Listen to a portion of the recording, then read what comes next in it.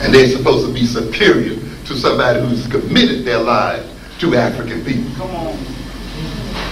Who say, well, I see this people, and I'm a person of finite capacity. I cannot save everybody at once. And therefore I will save this or try to administer this. But you're supposed to feel guilty because you've decided to save people. The most religious person is the person who gives charity to those who are most in need of it. And when you look at the people who are most in need and the youngsters who are most in need of charity, they're your own children. And therefore, if you're going to be truly religious, you will be most charitable to your own at this point. Yes, sir. Yes, sir. Yes. But you see, if you're not capable of discrimination, if you can't see color, you can't see the need. You see? And if someone has convinced you that being religious is being blind, then you can't see the need, and you can't see it's your own children and your own people who need your money most. It's your own children, your own people who need your wealth most. That you will help the world and bring peace into the world. The degree to which you spend your money with these black children and black people, to that degree you will bring peace to America. Yes. You're ready to accept the idea that we are causing and we are disturbing the peace. You're ready to accept the idea that we are the major threat in America. You're ready to accept the idea that by being irresponsible and black boys are the terror of the world. Then why aren't you ready to accept the idea that they need your help most of all? You see, but you can only discriminate in a backwards way. And because you discriminate backwardly, or because you don't discriminate at all, and someone has told you that means that you're religious and you're sanctimonious, that means you're ignoring people who are in need, and that means you can't discriminate between people who don't need your money and people who do, which means that ultimately you end up enriching the rich and impoverishing the poor, and the poor then, as they react to the impoverishment with crime and other kinds of things, then create and disturb the peace and destroy the peace, and that means that in your goodness, you're actually creating sin. Right. Yes. Yeah. But see, that's the way a white man runs it on you. You watch the good Negro. The good Negro is a supporter of everybody else but himself. The good Negro impoverishes his own mind and his own people. The good Negro accepts poverty as being an ongoing characteristic of black people, and wealth being that of other people. Yes, yes. And it's turned around. We have tremendous amounts of wealth, people, in both mind and body and material wealth. You see these white boys running to China over there trying to get that money? Well, China only has about $500 billion to spend. How much money do you think we have to spend? We have $400 billion. Yeah, we got money. We got about as much money as the Mexicans, as much money as the Canadians. That's many nations. That's to spend. If we looked at what we earn, that's only a fraction of what we produce, which means that we as African people are producing trillions of dollars worth of wealth.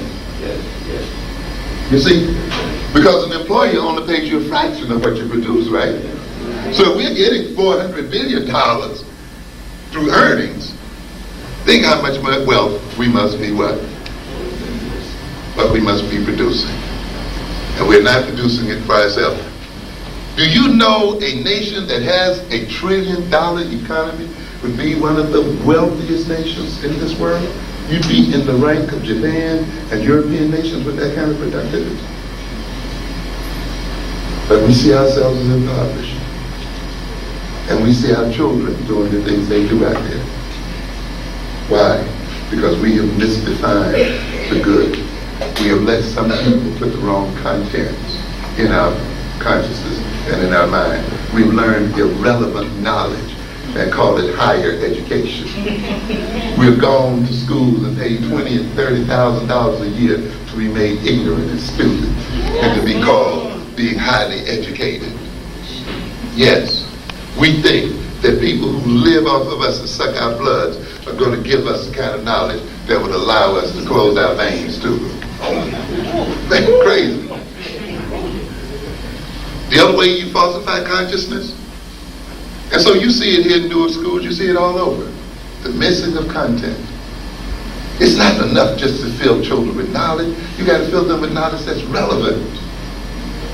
It's got to be appropriate. It's got to be appropriate to solving their problem. And you got to know what your problem is. And you got to know that this educational system here is designed to get black people to solve white folks' problems. Okay? Now, if you're going to get an appropriate education for your children in Newark, you've got to look at your problems. You've got to look at the problem of African people. And if you see the problem of African people as poverty in America, being under the oppression of white people in America, being under the oppression of white people in the world, if you see Africans going hungry above their natural wealth, if you see us, look, that's our problem. That's not the problem of Europeans. An appropriate education then will prepare you to do what? Solve those problems. If you see a problem in the fact that we are not producing enough employment for ourselves, or we are not even producing employment for ourselves, then an appropriate education teaches you what? How to create jobs for self. That's what it's about. You don't give a hoot about what the other people call education. It's pointless. It doesn't matter. Let them get rid of this garbage they're teaching these schools out here. Yes, because what you're learning must have a reason for being learned. And you got to look at that reason first to know if what you're learning is appropriate. And then I don't think it's appropriate that black people learn only to serve white folk and to depend on white folk for their lives and for their protection and security. And yet, that's the essence of the education we're getting out here today.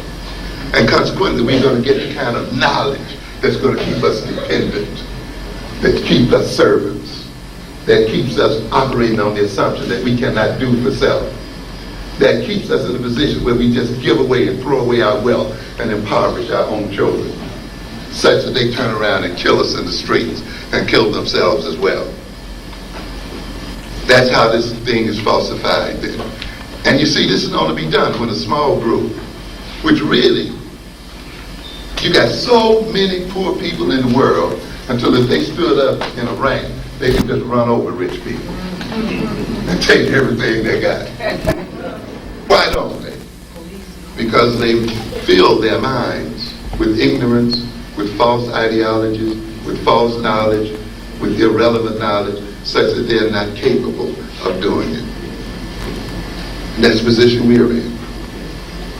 The African population is second in size only to China.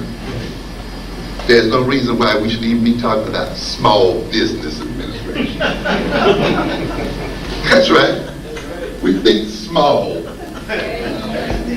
If our businesses were proportionate to our population in the world, we should have some of the biggest businesses in the world. But we are letting our own authors be sold to us by white publishers. Talking about black literature, published by Macmillan and published by, and so forth. And they got these people are representing black people and black aesthetics. How are you going to be in the black aesthetics and black values and speaking real black people, and you're enriching white publishers and white folks? Let's be real now. We got that kind of thing. And this is what we got going out here. This kind of game going on. Teaching white children. We got some jokers now who call themselves going to advise black leaders and provide alternatives, teaching at white universities, and that's their reason that they receive the attention. You know what I call them? They're just black academic manners. They're breastfeeding white children and the children of the wealthy. They think they can then come down and lecture to black people about how to run their lives. Get the hell out of here. And yeah, we fall for it. We fall for the nonsense. But that's what happens.